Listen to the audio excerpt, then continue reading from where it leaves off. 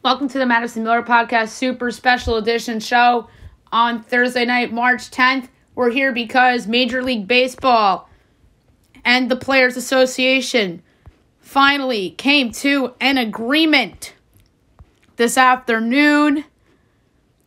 Very exciting. It was a 30-0 vote by the owners.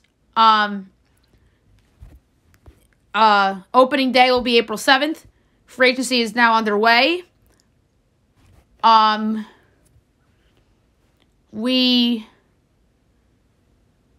have some rules. The universal DH takes effect. Postseason expands to 12 teams.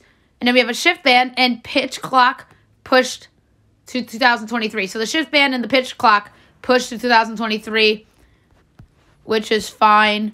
But this is so exciting. This really is amazing. And it was reported before it came together that a couple of Mets players were concerned about the competitive balance tax and wanted to reject the league offer. And then the league set the international draft deadline to negotiate on an international draft until July 25th. So they pushed the deadline for that, which is a completely different thing. So it's very exciting that baseball's back.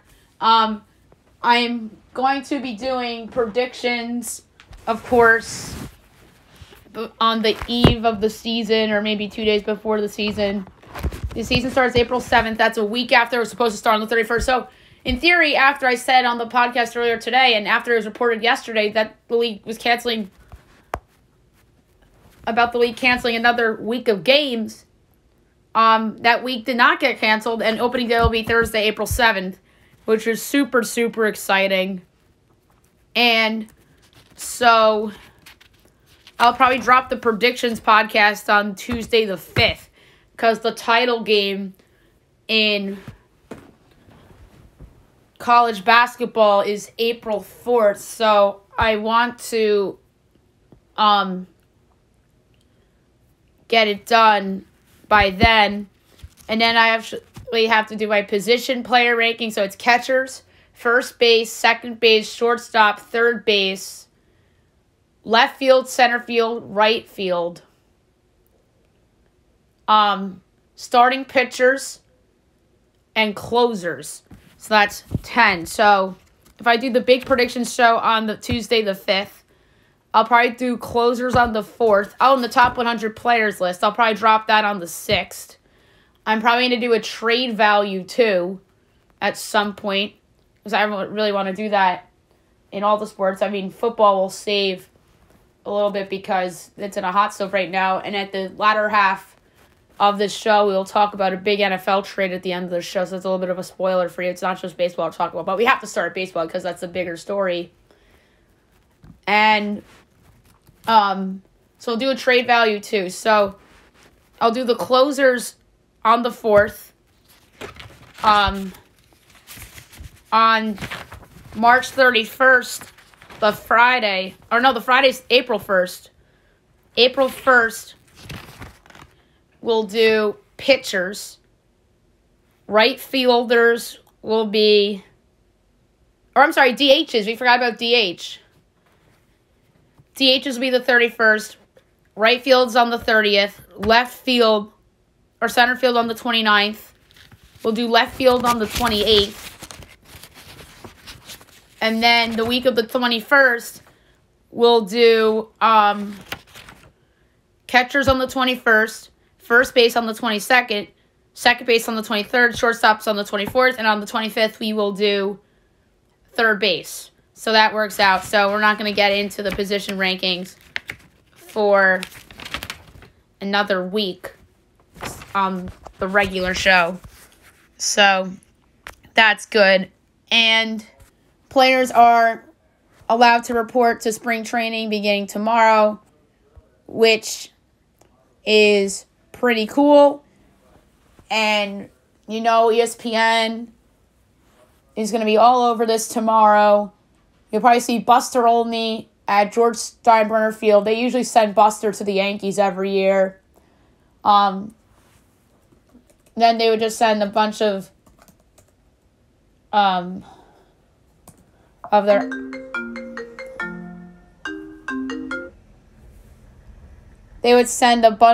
their other reporters to various different places. This is sad. Pedro Gomez used to cover spring training every year. He passed away a little over a year ago, which was really, really sad. He was awesome. They would usually send him to Arizona, and Buster would be in Florida. They'll probably send somebody like a Jeff Passan or somebody like a Jesse Rogers, who I think ESPN is kind of like promoting in a way, like how they promoted Dan Graziano from covering the Giants in football to the league in general. I feel like they're going to do the same thing with Jesse Rogers here, who covers the Cubs. I think they're going to make him like a full-time Major League Baseball reporter, like how Dan Graziano is with the NFL, but a little bit lower than Adam Schefter. And in theory, with Jesse Rogers' case, a little bit lower than Jeff Passan. They would probably be on like that Buster Olney level in a way. So you'll probably see Jesse Rogers, ironically, with the Cubs. And then you have the guy Gonzalez, who covers the Dodgers.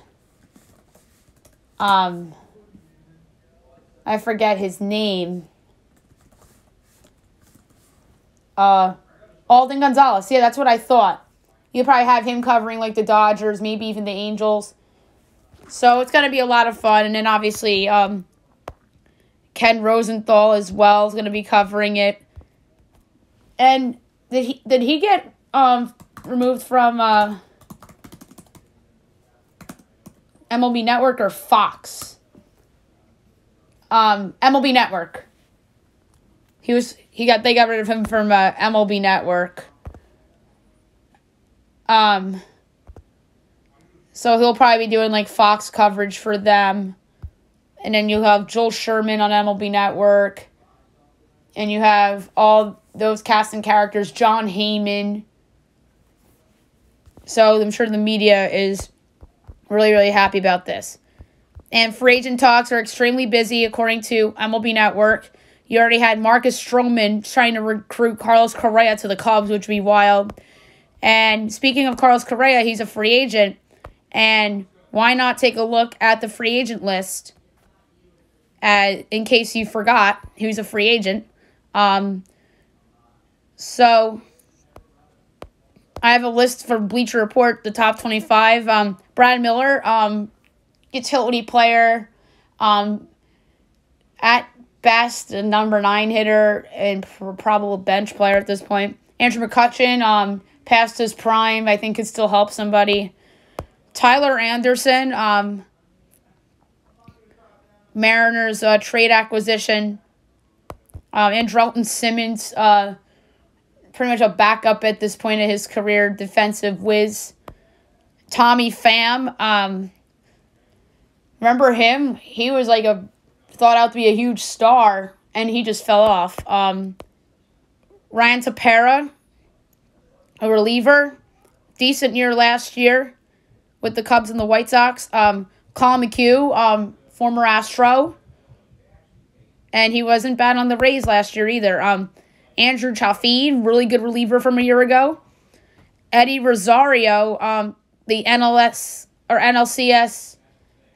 MVP from 2021, so he's still on the board. Yusei Kikuchi, the former All-Star. I don't think he's all that great. I think he's a little bit overrated. Kenley Jansen, obviously of the Dodgers, but still a free agent. But like we know him from the Dodgers. Michael Conforto, somebody I think that has been overlooked. Very up and down with the Mets. Nelson Cruz can still hit them out of the ballpark. Zach Greinke, I think could be a good middle of the rotation starter for somebody. Jorge Soler, who was the World Series MVP, and Soler was just an absolute steal of an acquisition from Atlanta, helping them win the World Series. In your top 10, Saya Suzuki, a really good Japanese hitter that's coming over.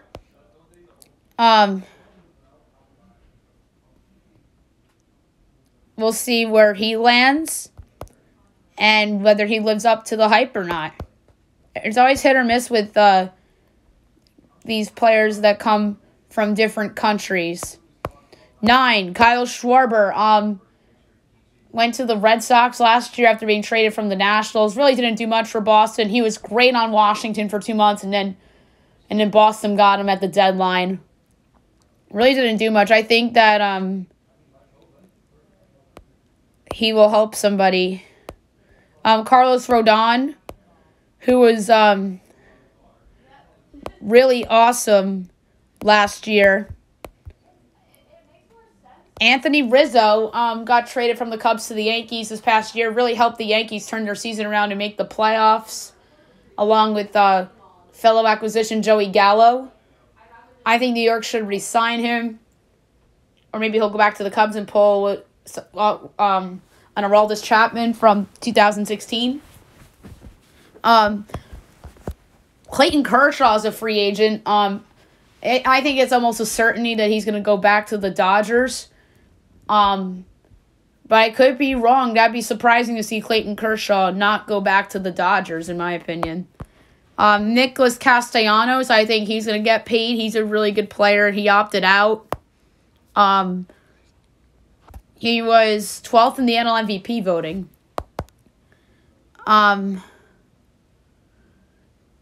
And I think that he will benefit from the universal DH.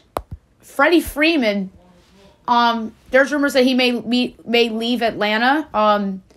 There were some rumors while the lockout was going on that the Rays were making a push for him, which would be unbelievable if he went to Tampa.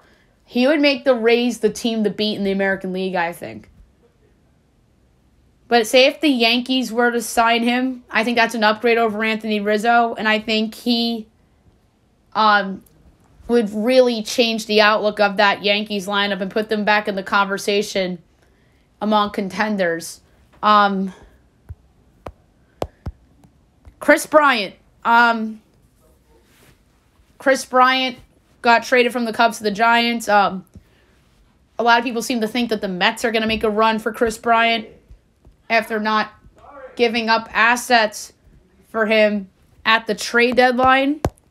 Trevor Story, he should not be number 2 on the free agent big board. I'm sorry. He should be below Freddie Freeman and below Chris Bryant. I'm sorry. I think Trevor Story is the most overrated free agent on the market. He's good, but he's not as good as those other 2 players that I just mentioned. He's a Coors Field product. Prove me wrong otherwise. And Carlos Correa. We'll see where he goes. People are linking him to the Yankees a little bit. Maybe he goes back to the Astros. So we'll see where he lands. I think he's the most interesting free agent left on the board. I mean, Freddie Freeman too, but if Correa or Freddie Freeman land with the Yankees, they're going to be looked upon as the team to beat in the American League. But I still think New York has some other holes to take care of. I think their rotation isn't as great as it performed in the past. But that rotation outside of Garrett Cole has been proving me wrong in the past, so maybe I shouldn't be saying that this is a one-man rotation like it may be perceived to be. So we'll see what New York does. But right now, the team to beat in the AL East is the Tampa Bay Rays, as far as I'm concerned. They won the division the last 2 years. They were in the World Series in 2020 in the bubble. So, we'll see if they make a run at like a Freddie Freeman. And then obviously Wander Franco, you think is going to make a year 2 leap. The Red Sox made the playoffs a year ago. We'll see about them. I think they have holes on the roster. They never really replaced that production that Mookie Betts left behind. I think they were trying to get it with Schwarber, but they really haven't. But to be fair, Rafael Devers really made a big leap. The Blue Jays are going to be looked upon as a cheap, sexy pick. I'm considering picking them to do big things. I just think that they have some work to do. And obviously the Orioles are still the Orioles. The AL Central, the Detroit Tigers made some headlines. They signed Javier Baez right before the lockout. I think that he improves their offense. Cleveland, I just think, is just stuck in mediocrity. They're now the Guardians, so let's not forget that. The White Sox are probably still the team to beat in the Central. I still think this is the weakest. I mean, the AL West is pretty weak, too. We'll talk about them in a second, but the AL Central is very weak. The Twins could be a bounce-back team for 2022 after underachieving last year. And the Royals are still rebuilding, but I think they're more likely to be a surprise team in 2022 than, say, the Baltimore Orioles. The AL West, Astros still the team to beat for the time being. We'll see what happens with Carlos Correa. We'll see what happens with Zach Greinke. You also have the Rangers, who went out and signed Corey Seager. And they also brought on and Marcus Semien. That's right. He had a career year last year. And they brought in John Gray to improve their rotation. So Texas is on the come, you would think. Seattle had a great year last year, but I'm skeptical that some guys may replicate. I'm more optimistic about Toronto taking that next step than Seattle in terms of the AL teams that got left out of the playoffs a year ago that were actually pretty good. The Angels, they're a big wild card because of the health of Mike Trout and the health of Shohei Ohtani. Those guys seem to get hurt all the time, and their pitching really hasn't panned out in the Mike Trout era. So the AL West, you could argue, is a little bit better. And then the Athletics are obviously rebuilding. That's another big storyline to follow. Will Matt Olson and Matt Chapman get traded? I'm going to say maybe Matt Olson. That could be another Yankees first base candidate if they choose to not make Luke Voit their first baseman. So it's going to be really interesting to see if Matt Olson gets dealt. And I think the Rays are also in play for Matt Olson. I feel like before the lockout, I had Matt Olson to Tampa in my predictions. So we'll see about that. But I think the Athletics are now the worst team in that division with potential moves that they can make to get a rebuild going. To the National League, very quickly, the Mets signed Max Scherzer and hired Buck Showalter as their manager. So those are the two big things for the Mets. Maybe they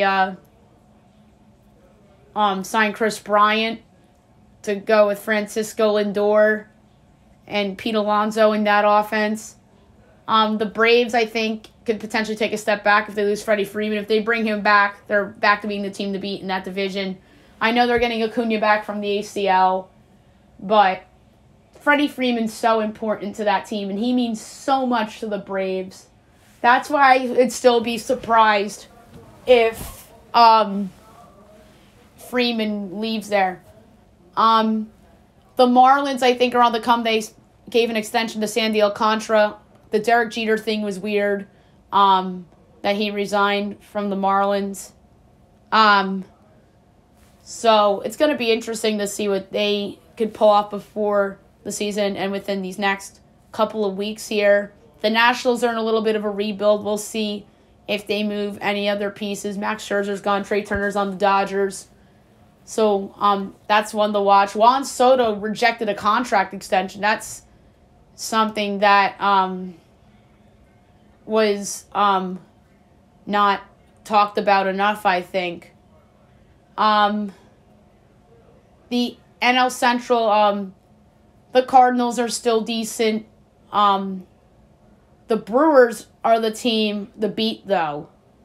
Their pitching broke out in a huge way, and I'm looking forward to see what they can do. Pittsburgh's rebuilding. The Cubs, I think, still have pieces to trade. They're going to eventually go into full-blown rebuild, I think. But they could go the other way and bring back Anthony Rizzo and potentially bring in Carlos Correa and go for it.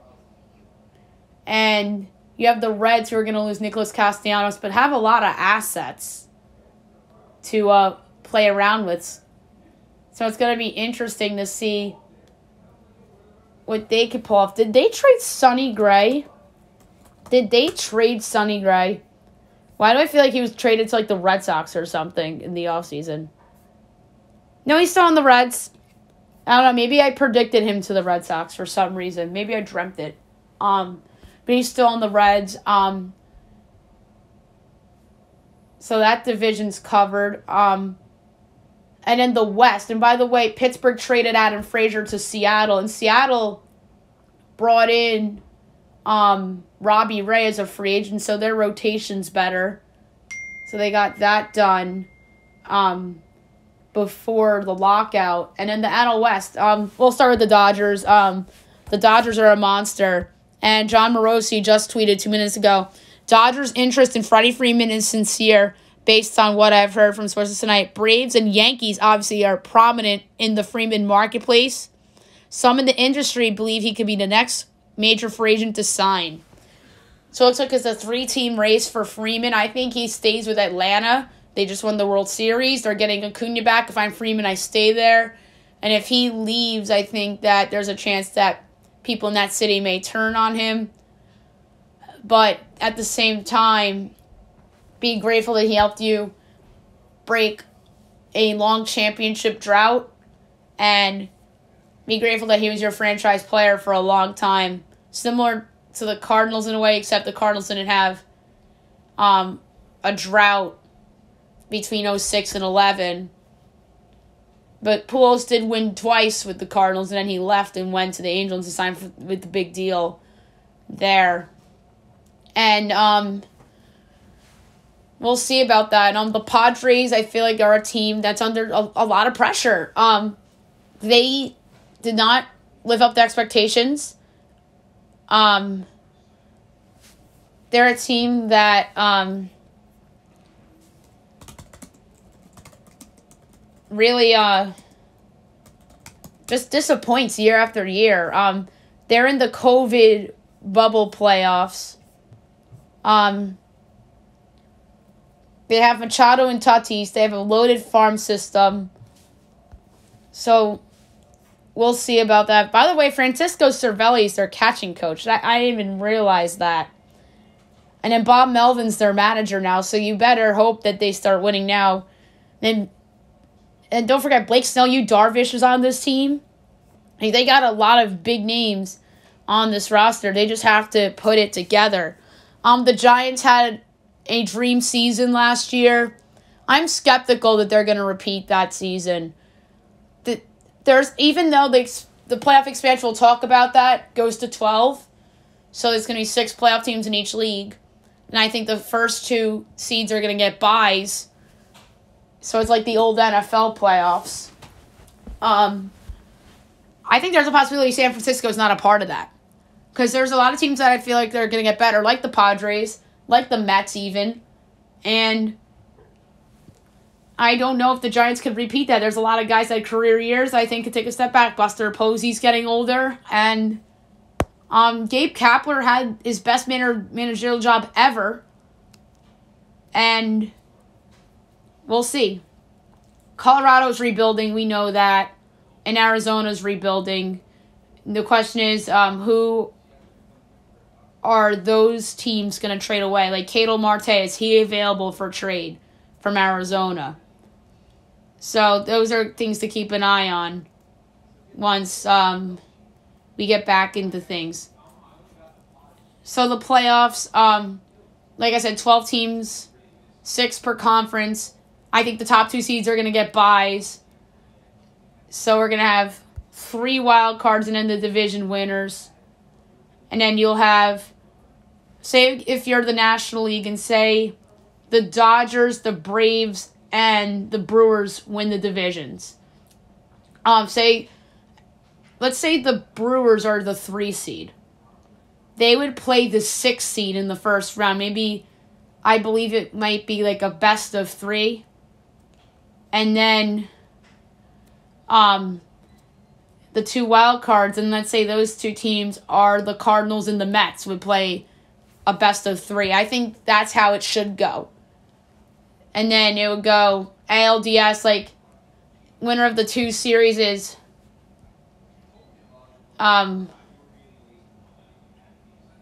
but that's a little weird, though. So it'd be winner, bye, and then, that would make sense. So, like, the weaker, like, the wild card winner would play the 1 seed, and then, like, the 6-3 would play the 1, or, like, it would be reseeding. I think it should be like that, just like the NFL. It would be reseeding.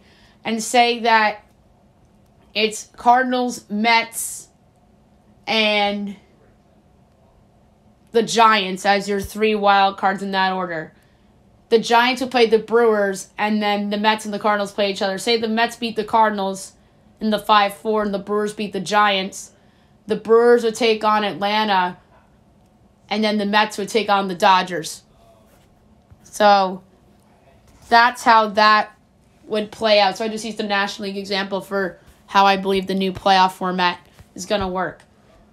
Alrighty, so that's enough baseball talk. And then before we go for the night, there's a big NFL trade. The Chicago Bears traded Khalil Mack to the Los Angeles Chargers for a 2nd-round pick this year and a 2023 6th-round pick. Amazing. Absolutely amazing what the Chargers pulled off with the cap space that they have.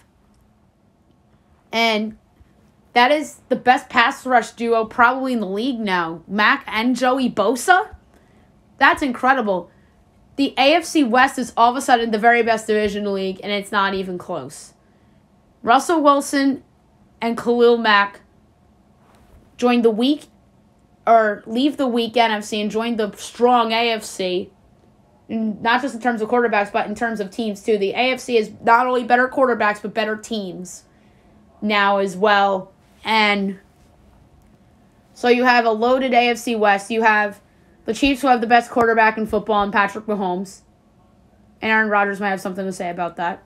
You have the Broncos, who just got Russell Wilson. And you have the Chargers, who have a quarterback in Justin Herbert that everybody loves, including myself. And now acquiring Khalil Mack to go with Joey Bosa to lead your pass rush. And that's just incredible. And that was a great response by the Chargers after Denver goes out and gets Russell Wilson from Seattle. So that's just a great trade for Los Angeles. And giving up a second isn't bad, because the second rounder is going to be a mid-second rounder because they didn't make the playoffs. Meanwhile, the Bears, they're rebuilding around Justin Fields, and they are starting. It looks like they're going to be shipping veterans. Them and the Giants, I think, are 2 teams that have new general managers. They want to rebuild their teams how they want to rebuild them. The Bears kicked it off by trading Khalil Mack. You're going to be hearing Saquon Barkley rumors, James Bradbury. I wonder if other Bears could be had. Allen Robinson is a free agent, so they're going to lose him. He's going to walk, so that's unfortunate that they couldn't get anything for Allen Robinson. But Mack was the only guy that I think you could have gotten a lot for. That's an okay second rounder. It's a mid-second rounder. It's hit or miss. But the Bears, they obviously got worse. They're not the worst team in the division because the Lions are still in that division. But they're easily the second worst team in that division, or the third worst team in the division. Or second worst. They're easily the second worst team in the division. Other than the Lions, who I think are still worse, even though the Bears just traded their best player in Khalil Mack. And their only blue chip player, in my opinion, as well. So, we'll see what the Bears follow this up with and who else that they could potentially deal. I know Fields is untouchable, and everybody else on that team could be had. And the Giants are a team that I feel like everybody could be had on that roster. And Minnesota has a new GM, but I think that they are going to stay the course because they have some talent on their team and a competent quarterback in Kirk Cousins. I don't care what you think of him. I think he's competent enough to win you football games. I don't care what Mike Zimmer says. I think Mike Zimmer was just mad about some off-field decisions that Kirk Cousins made. So, interesting day in the NFL and a major day in Major League Baseball.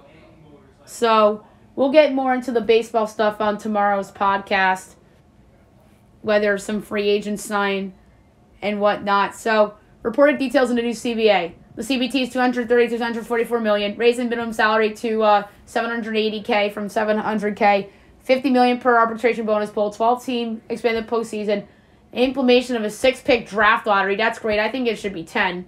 Amateur draft will be 20 rounds, maximum of 5 minor league options per season, and universal DH. So those are really interesting things in the new CBA. So I hope you guys have a great night, everyone.